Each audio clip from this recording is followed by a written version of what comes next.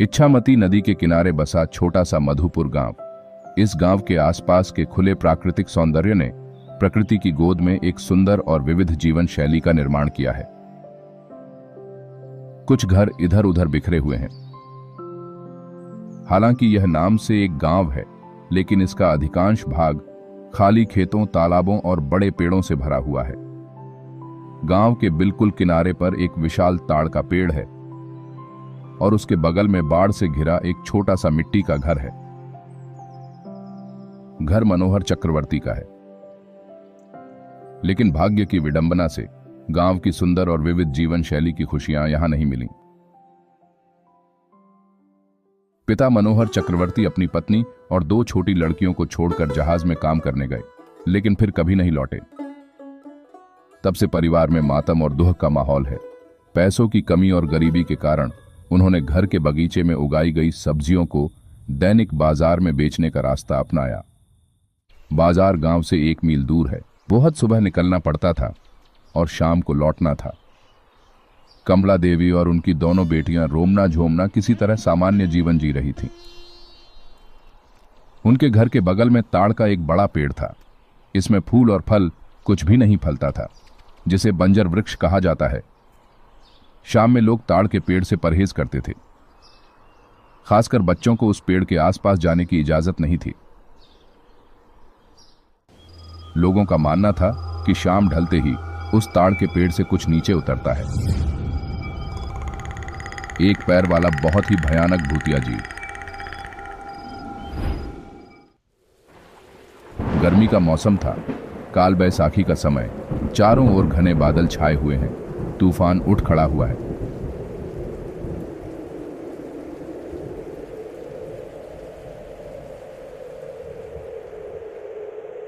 हवा खिड़कियां और दरवाजे में दस्तक देने लगी।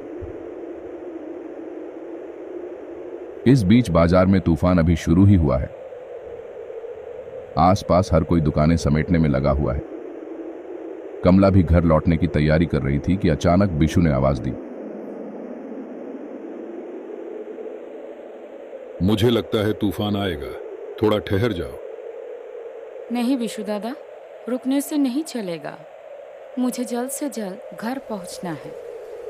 जैसे ही कमला की बात खत्म हुई, बिजली की चमक के साथ बारिश की बड़ी बड़ी बूंदें नीचे गिरने लगी।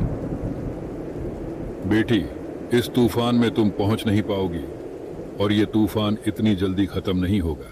तेज तूफान है। बात सुनो मेरा, यहीं रुको। पर ना पहुंचे तो? कमला की बात खत्म नहीं हुई। चारों ओर काले घने बादल छा गए और काल बैसाखी में तेज गरज चमक के साथ बारिश होने लगी। तीव्र वेग से शुरू हुई तूफानी बारिश को 2 हताश और भयभीत आंखों से वो देखने लगी। रात का अंधेरा धीरे धीरे घना होता जा रहा है। बारिश अभी थमी नहीं है। तूफान धीमा हो गया है, लेकिन बारिश पूरे जोरों पर जारी है। घर के बाहर 2 बहनें बैठी हैं। रूमना ने कहा, ए झुमना, रात होने वाली है। हाँ रे दीदी, माँ कब आएगी? पता नहीं, शायद आज नहीं आएगी। सच बोल रही है दीदी, माँ नहीं आएगी। नहीं रे, मौसम को देख, ऐसी तूफान में माँ कैसे आएगी? मुझे बहुत डर लग रहा है। डर मत, माँ शायद सुबह ही आ जाएगी। मुझे बहुत ही डर लग रहा है। डर मत, चल अंदर चलते हैं। बाहर बैठ के कोई फायदा नहीं है। दोनों बहनें अंदर चली गईं और दरवाजा बंद कर दिया। बाहर अभी भी हवा चल रही है। बारिश की रफ्तार के साथ रात का अंधेरा बढ़ने लगा है। धीरे धीरे घर के आसपास गहरा अंधेरा छा गया। सुबह के बने हुए चावल थे। दोनों बहनों ने वहीं खाकर सो गईं। जमे हुए अंधेरे के चारों ओर प्रकाश के एकमात्र स्रोत के रूप में बस एक लालटेन जल रहा था। बंद दरवाजों और खिड़कियों की दरारों से हल्की ठंडी हवा आने लगी। दो बहनें एक कंबल ओढ़कर सो गईं। रुमना, अरे ओ रुमना, झुमना, तुम सब किधर गए? दरवाजा खोलो। रात का कौन सा समय होगा? करीब 2 या 2:30 बजे। चारों ओर से हवा की आवाज अब भी आ रही है। आवाज सुनकर रुमना जाग गई। ऐसा लग रहा था मानो कोई उनका नाम पुकार रहा हो। मन का वहम सोचकर वह दोबारा सोने जा रही थी, तभी वो आवाज फिर से सुनाई दी। कहाँ चले गए तुम दोनों? दरवाजा खोल दो, मैं आ गई। बाहर बहुत तूफान है, मैं भीग गई हूँ, दरवाजा खोल दो। फिर वही आवाज रुमना के कानों में आई। वह कांपते हुए उठ बैठी। कमरे में काफी अंधेरा हो गया है। लालटेन की रोशनी भी कम हो चुकी है। दरवाजे की दिशा से अभी भी धीमी आवाज आ रही थी और दरवाजा खटखटाने की हल्की सी आवाज आ रही थी। रुमना ने फिर सुना, रुमना, दरवाजा खोल दो, मैं आ गई हूँ, तुम्हारी माँ। रुमना। नहीं, ये तो सच में ही माँ है, मतलब माँ आ गई है। उसके चेहरे और आंखों पर अत्यंत आश्चर्य और प्रसन्नता की छाप छा गई। बहन अभी भी सो रही थी और इन सब से अनजान थी। रुमना बिस्तर से उतरी और धीरे धीरे दरवाजे की ओर बढ़ी और दरवाजा खोला। जब उसने दरवाजा खोला तो सामने उसकी माँ खड़ी थी। अंधेरे में पूरी बात समझ नहीं आई, लेकिन बाहर से आ रही बिजली की चमक स्पष्ट न होते हुए भी वह समझ गई कि उसकी माँ उसके सामने खड़ी है। खुशी से कहा, माँ, तुम इतनी रात में? हाँ रुमना, मैं ही हूँ। तुम दोनों को छोड़ के अकेले में रह सकती हो क्या? इसलिए तो दौड़ के आई तुम्हारे पास। उसने तुरंत अपनी माँ को गले लगा लिया। बच्ची अपनी माँ को अपने पास देख भूल गई कि वो भीगी हुई है। बहन, देख देख, अरे छोड़ छोड़, मैं तो भीग चुकी हूँ। वह अपनी बहन को यह बताने के लिए बुलाने जाती है कि उसकी माँ यहाँ है, लेकिन जैसे ही वह उसे गले लगाती है, कमला तुरंत उसे दूर झटक देती है। रुमना थोड़ा चौंकी। उनकी माँ की कपड़े पानी में भीग गई है। माफ कर देना माँ। ठीक है, छोड़ दे, सब समझती हूँ मैं। इस बारिश में भीग जाएगी तो ठंड लग जाएगा। चल अंदर चल, जल्दी से अंदर चल। माँ की आवाज में फिर वही वात्सल्यपूर्ण ममता उभर आती है। दरअसल इतने तूफान के बाद उसे अपनी माँ को बाहर खड़े नहीं रखना चाहिए था। दरवाजा बंद करके अंदर आ जा, बारिश भी बढ़ चुकी है। हाँ माँ, चलो। फिर रुमना अंदर से दरवाजा बंद कर देती है। घर के अंदर कीचड़ न हो जाए, इसलिए कमला देवी टोकरी छोड़कर गीले कपड़े बदलने के लिए रसोई में चली गईं। रुमना अपनी माँ से पूछती है, माँ, बत्ती की रोशनी कम हो चुकी है, मैं मिट्टी का तेल डाल दूँ क्या? नहीं, छोड़ दे, वैसे भी बहुत रात हो चुकी है, बत्ती लेके क्या करूँगी, सोना ही तो है। ठीक है माँ। तुम दोनों ने खाना खाया? हाँ माँ। जा जाके सो जा, मैं भी आ रही हूँ। कुछ खाने के लिए दे दूँ माँ? नहीं, उतने से नहीं होगा, तुम दोनों सो जाओ, अगर मुझे भूख लगेगी तो मैं खा लूंगी। कमला देवी ने अंदर से कपड़े बदलते हुए जवाब दिया। रुमना बिना बात किए सो गई। बहन अभी भी सो रही है। उसने अपनी बहन को धीरे से बुलाया। हे झुमना, झुमना, माँ आ गई है, पता है तुमको? झुमना ने नींद भरी आवाज में उत्तर दिया। माँ, कहाँ है दीदी? ये लो, मैं आ गई हूँ। माँ। कमला देवी आकर बिस्तर पर सो गईं। झुमना नींद में अपनी मां से लिपट गई। फिर वो दीदी की तरफ मुंह फेर कर सो गई। मैं पीठ सहला देती हूँ, तुम सो जाओ। बहुत समय बीत गया। बारिश रुक गई है। बाहर से मेंढकों की आवाज आ रही है और झुमना अचानक असहज महसूस करने लगती है। उसने आंखें खोलीं। उसके चेहरे और आंखों पर दर्द का एक अजीब सा भाव उभर आया। उसने धीरे से दीदी को जगाया। क्या हुआ? क्यों बुला रही है? हे दीदी, पीठ बहुत दर्द हो रही है। माँ को बोलना पीठ सहला देने के लिए। झुमना नींद में कमला देवी को बुलाने जाती है। तभी अचानक एक भयानक दृश्य देखकर वह चौंक जाती है। अपनी आंखों के सामने एक भयानक दृश्य, अजीब, बदसूरत और भयानक एक प्राणी अपने लंबे तेज कांटों जैसे जीभ के साथ लगातार उसकी बहन की पीठ को चाट रहा है।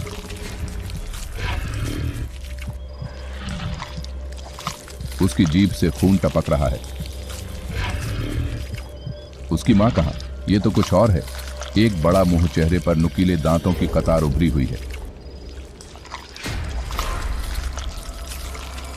भय और घबराहट के कारण उसकी जबान से कुछ भी नहीं निकला और वह फिर से बिस्तर पर सो गई। झुमना फिर कहती है, बोला तुमने दीदी, तो बहुत ज्यादा दर्द हो रहा है और जलन भी।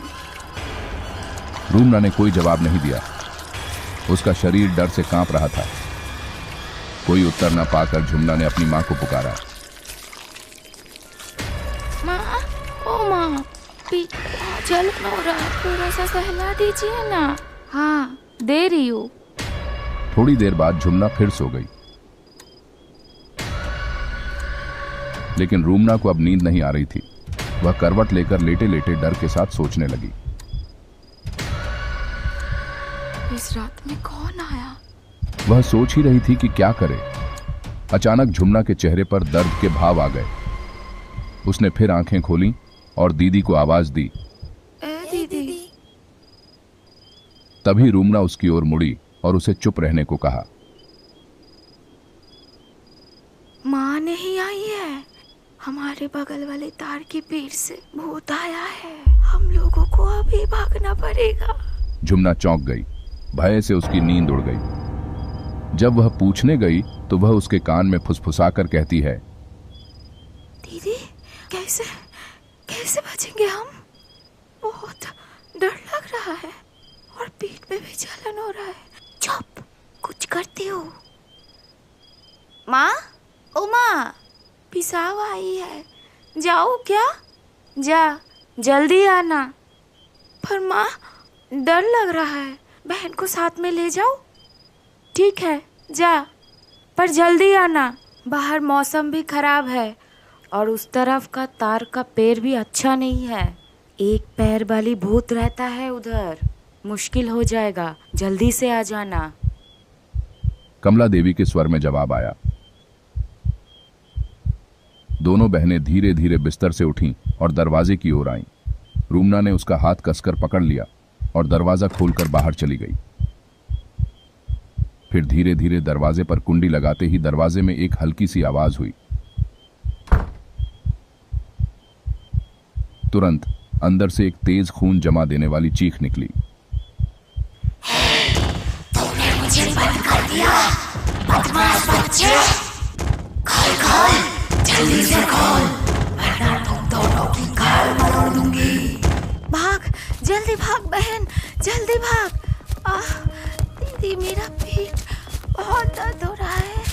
भाग भाग, जल्दी भाग, भाग जल्दी, भाग भाग, जल्दी भाग। इतना कहकर दोनों बहनें तेज गति से भागने लगीं। पीछे से दरवाजा खटखटाने की आवाज और उस अजीब सी चीख की आवाज आने लगी। खोल खोल, रुक जा, रुक जा। आ जाओगी, रुक जाओ।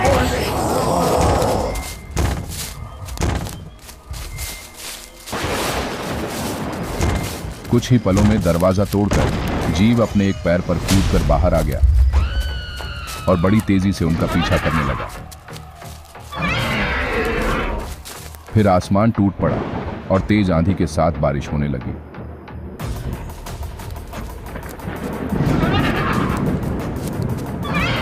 दोनों बहनें बारिश की परवाह न करते हुए तेजी से दौड़ने लगी।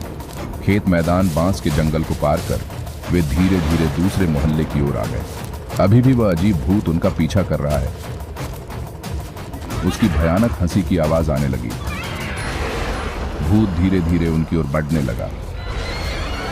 जितना हो सके तेजी से दौड़ते हुए उस मोहल्ले का पहला घर अचानक सामने आ गया। खोलो खोलो दरवाजा खोलो, बचाओ बचाओ, खोलो खोलो दरवाजा खोलो, खोलो खोलो, बचाओ हम लोगों को, खोलो बचाओ दरवाजा खोलो, बचाओ बचाओ। रूमना झुमना उस घर के दरवाजे पर आए और तेजी से दरवाजा खटखटाने लगे। कुछ ही देर में घर के मालिक देवराज गोस्वामी ने दरवाजा खोला। अरे क्या हुआ है बच्चा, इतनी रात को? हम लोगों को बचा लो, वो मार डालेगी हम दोनों को। दीदी बहुत दर्द हो रही है। तभी झुमना रुमना के कंधे पर बेहोश हो गए। देवराज बाबू ने बिना देर किए जल्दी से उन दोनों को अंदर ले लिया और दरवाजा बंद कर दिया। फिर कुछ देर बाद जब वो दोनों संभल गए तो गोस्वामी जी ने रुमना से सब कुछ बताने को कहा। उधर गोस्वामी जी की पत्नी झुमना को संभाल रही थी। रुमना धीरे धीरे गोस्वामी जी को सब कुछ बता देती है। सब कुछ सुनने के बाद देवराज बाबू ने कहा, भगवान की अशेष कृपा है, तुम लोग बच गए। तुम्हारे घर के पास वाला पेड़ अच्छा नहीं है। गांव का एक पैर वाला भूत वहां रहता है, जिसका मुंह बहुत बड़ा है और उसके मुंह से एक बहुत लंबा जीभ बाहर लटकता रहता है और बच्चों की तरफ उसका नजर रहता है। अगर कोई अकेला मिल जाए तो उसको उठाकर लेके चला जाता है। अभी रहने दो वो सब बातें, तुम्हारी माँ जब आएगी तब कुछ बंदोबस्त करेंगे। रात बीत रही थी, तूफान रुक जाता है। गोस्वामी जी और उनकी पत्नी दोनों को अपने पास ही सुला देते हैं।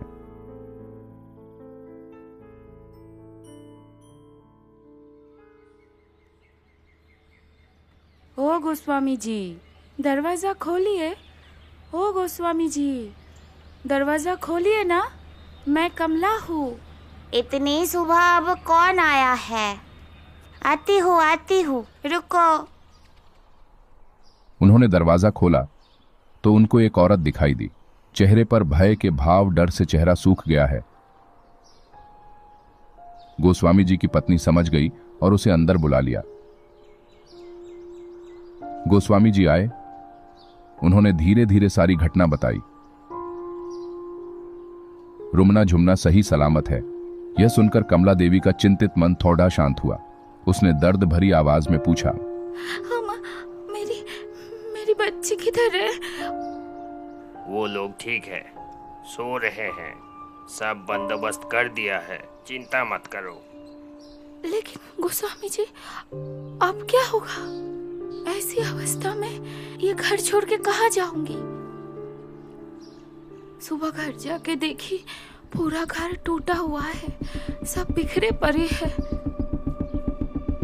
फिर जमीन में पैर की निशान देख के दौड़ के आई इधर। अच्छा ठीक है, देख रहा हूँ, बच्चे सो रहे हैं, तुम कुछ खा लो। दोपहर को मैं कुछ लोग और तांत्रिक बुला के लाऊंगा। दोपहर में देवराज बाबू, कमला देवी और रुमना झूमना उनके घर गए। लोगों की मदद से वो भूतिया पेड़ उखड़ गया और पड़ोस के गांव के एक तांत्रिक ने उस स्थान पर यज्ञ किया और कहा, इस जगह को मैंने मंत्रों से बंधन कर दिया है और चिंता की कोई कारण नहीं है। कुछ दिन बाद यहाँ अच्छे से सब्जी लगाना। इस जमीन में सब्जी उगाने से पैसों की कमी नहीं रहेगी। तब से कमला देवी उस जमीन पर सब्जी उगाने लगी और पैसे कमाने के लिए उन सब्जियों को बाजार में बेचने लगी। एलडीडीडीकियों को स्कूल भेजकर शिक्षित करने लगी। इस प्रकार कमला देवी के परिवार में एक सुंदर सुखी परिवार का निर्माण हुआ।